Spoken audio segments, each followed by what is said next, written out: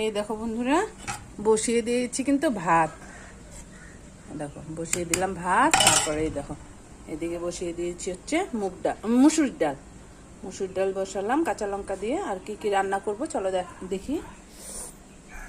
রান্না করব কিন্তু এই যে এদিকে হচ্ছে ঢেঁকির শাক কুটেছি, কাঁচা লঙ্কা ঢেঁকির শাক করব। তারপর হচ্ছে এ দেখো করব হচ্ছে আজকে পাঁঠার মাংস নিয়ে আসছে কিন্তু আজকে পাঁঠার মাংস। দেখো মাংসটা কিন্তু ধুয়ে পরিষ্কার করে নিয়েছি। দেখো একটা বড় একটা তেল নিয়ে আসছে, ওটা পরে আমি পিস করব। ধুয়ে নিয়ে আসছে কিন্তু খাসির মাংস। তারপরে এই দেখো এদিকে কুটেছি হচ্ছে আলু, পেঁয়াজ, হচ্ছে টমেটো, কাঁচা লঙ্কা আর হচ্ছে গোটা রসুন, এগুলো সব কিছু দিব।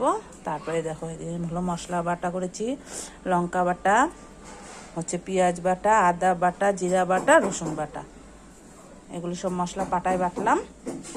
আর এদিকে নিয়েছি দেখো তেজপাতা, হচ্ছে সাদা জিরা, এলাচি, দারচিনি, শুকনো লঙ্কা আর গোলমরিচ। এগুলো কিন্তু আমি সোমবারে দিব। পাঁঠার মাংস এগুলি সোমবার দিলে পাঁঠার মাংস সেই সুন্দর মানে গন্ধ বাড়ায়, তাই এগুলি আমি সোমবারে দিব। সব রেডি করে নিলাম।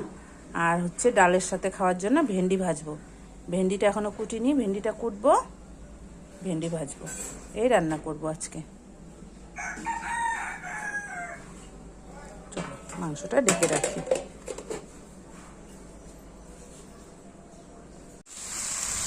এই দেখো বন্ধুরা, ভেন্ডিটা কিন্তু আমি বললাম তোমাদের কুটি নিয়ে, যে দেখো ভেন্ডি কুটে আবার ভাজাও বসিয়ে দিলাম। ভেন্ডি ভাজা বসিয়ে দিলাম। দেখো এদিকে ডালটা প্রায় হওয়ার মধ্যে, ডালটাও সম্বার করে নিয়েছি। এই দেখো বন্ধুরা, আলুটা কিন্তু আমি আগে ভাজা করে নিব একটু লবণ আর অল্প হলুদ দিয়ে।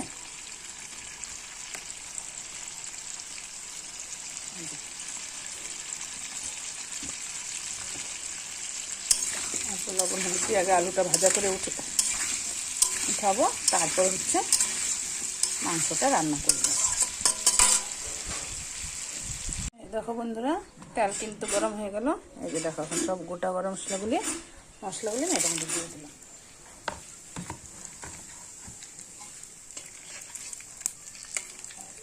এদিকে দেখো আলুগুলো কিন্তু সুন্দরভাবে ভাজা করে নিয়েছি, একদম নরম করে ভাজা করেছি।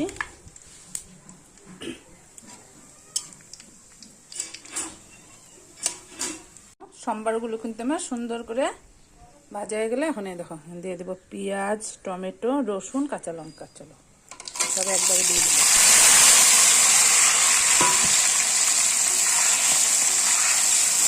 সব একবারে দিয়ে দিলাম। চলো এখন একটু নুন দিয়ে দিই।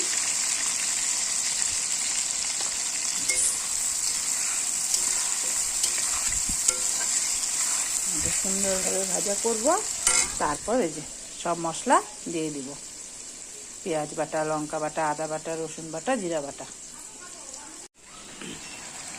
এই যে দেখো বন্ধুরা, মাংসটা কিন্তু বসিয়ে দিলাম। এখন মশলা দিয়ে কষছি।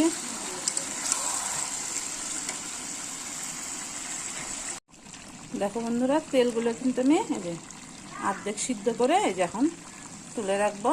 পরে আবার যখন ঝোল দিব তখন আবার মাংসের মধ্যে দিয়ে দেবো, নাহলে গলে যাবে। সবগুলো এখন একটা একটা করে তুলে রাখবো।